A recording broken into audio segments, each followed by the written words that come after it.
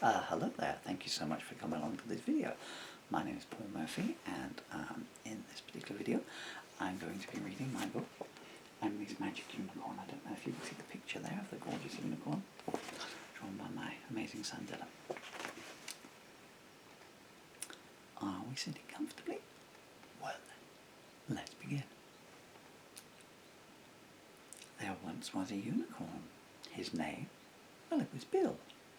He saw a pretty girl one day, out on a daisy-decked hill. "Hello there," said the young girl. "My name is Emily. Forgive me for saying this, but you look unicorny." "Well, yes, that is what I am, Bill," he quickly replied. "See the horn upon my head?" he asked with quite some pride. "Well, where have you ever seen one of these before?" Emily scratched her chin and said, I really am not sure." "Maybe on a rhino," Emily then excitedly cried. "Again with the rhinos." "Bill," he softly sighed. "Rhinos, they do have horns. Oh yes, of course, it's true. But tell me, is this something a rhinoceros can do?" First Bill shook his head, and then he shook his tail, and lo, a magic carpet appeared, and into the air they sailed. "Please don't think me rude," said young Emily, "but I'm not that good a flyer, as I think that you can see."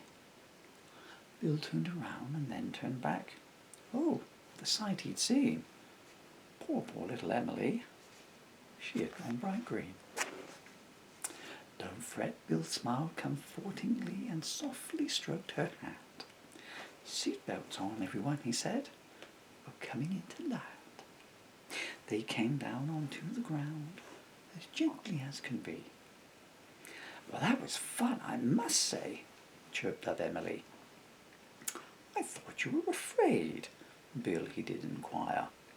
"Only at first," she answered. "Not when we went higher." "Do all unicorns fly then?" she asked him curiously. "Not always," Bill responded. "We use a boat at sea." "Are there many of you?" Emily politely asked. "There's only one of me," he answered, and at his own joke he laughed. "Oh, you silly thing, you!" Emily did giggle, and tickled him behind the ears, which made Bill snort and wriggle.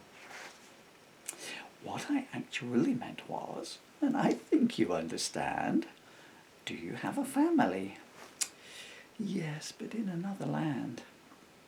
I wanted to explore, you see, so I left home one day, and despite all of my magic, I got lost on my way."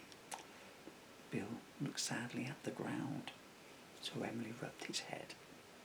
"We will get you home again," she confidently said. "What can you tell me, sweet Bill, about from where you came? Was it very far away? Does it have a name?" "I just called it home," Bill answered with a slump. And then he had a thought, and up again he jumped. It had a lovely waterfall and fields of blue and gold. Wait, I remember something more that I once was told. My mother said to me one time, 'Bill, if you lose your way, find a pretty girl who is upset by your dismay. If her smile is sparkly, and if her voice is nice, say to her, "Oh, pretty miss, would you please say my name thrice?'" Emily, she breathed in deep, and did as she was bade. "Bill, Bill, Bill," she whispered. There was silence in the glade.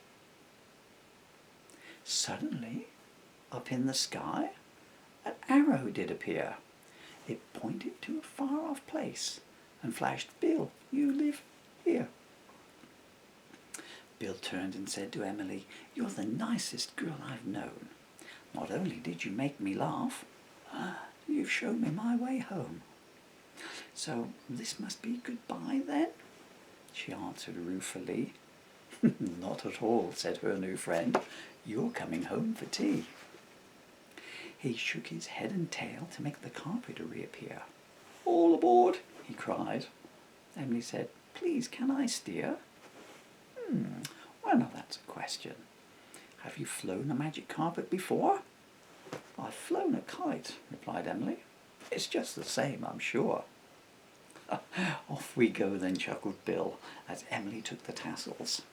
There's not much traffic this time of day. We shouldn't have any hassles. Emily put the carpet into first gear and lifted it aloft and crashed into a tree. It was all his fault, she coughed. Are you sure? Inquired Bill. It looked like he was parked. Well, no harm done, said Emily. He can just respray his bark.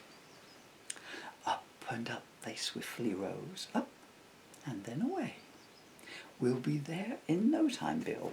I was afraid that's what you'd say. Emily flew ever faster, and Bill's bum gave a toot. He groaned, I wished I walked home, or brought a parachute. Whoa, watch out for that! But too late, Emily heard, and on his head, the whole way home, Bill had a nest of birds. Emily flew confidently. Flying seemed to suit her. She said, This sure beats any fun I've had out on my scooter. I must say you're a natural, and Emily glowed with pride. Put her into cruise control now. The rest of the way we'll glide. They soon reached the arrow's end and landed in a glade. Bill, why are you shaking? Don't say you were afraid. Oh, not at all, he smiled and nuzzled Emily. But I've been away for so long. Would they remember me? Before the words were finished, his answer reached his ears. It's Bill, it's Bill. My son is home, said a mother's voice through tears. Bill turned on his hooves and raced up to her side. They kissed and hugged each other as rainbow tears they cried. Emily, she turned away so they could have some privacy. But Bill's mother's voice called out, This girl brought my son home to me. From out of the woods then 100 unicorns appeared. They made a circle around Emily and bowed their horns and cheered. However can I repay you? Bill's grateful mummy asked. And won't you stay for dinner? We've got some lovely grass. Emily gave her biggest grin and said, Please be assured, the smiles of happiness I see, they are the best reward. The unicorns cried, She's the best, and lifted her aloft, and gave her a dress made from unicorn hair that was shimmery and soft. They all spent the next 4 hours partying and dancing. Emily did all the songs because, well, unicorns just can't sing. And then there came the words that made everybody grieve. I really want to stay forever, but I've got to leave. The unicorns were all so sad, but understood that it had to be. Bill knew better than anyone about missing your family. Will we ever meet again? He asked his newfound friend. I've had the best time ever with you. I don't want it to end. I'd love to come and visit Bill. I'd love to see you every day. But how could it be though? Because I live so far away. That's no worry, said Bill's mother. I know just what to do. She shook her magic horn and said, Here, this is just for you. Now there is no distance between here and your home. Emily, please accept from me a magic carpet of your own. Well, Emily was open-mouthed at such generosity. She gave Bill's mum the biggest hug anyone did ever see. So now when she comes home from school and all her homework's done, Emily takes her magic carpet out and zips away to Bill's for fun.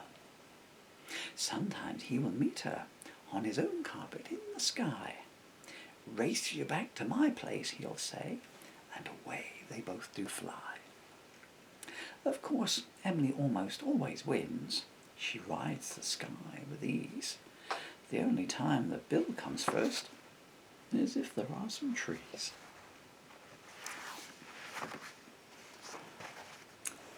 Thank you so much for listening to me. In the back of my books, if you'll just forgive me, I always write a little poem to my own darling children. In the back of my books, and this one says, Emily and Dylan. If magic wishes came my way, 1,000, maybe 2, every wish I'd make would be to spend more time with you. Thank you so much for listening to me read Emily's Magic Unicorn to you. Wherever you're to in the road, I hope you're warm, cuddly, snuggly, and safe. Bless you. Peace.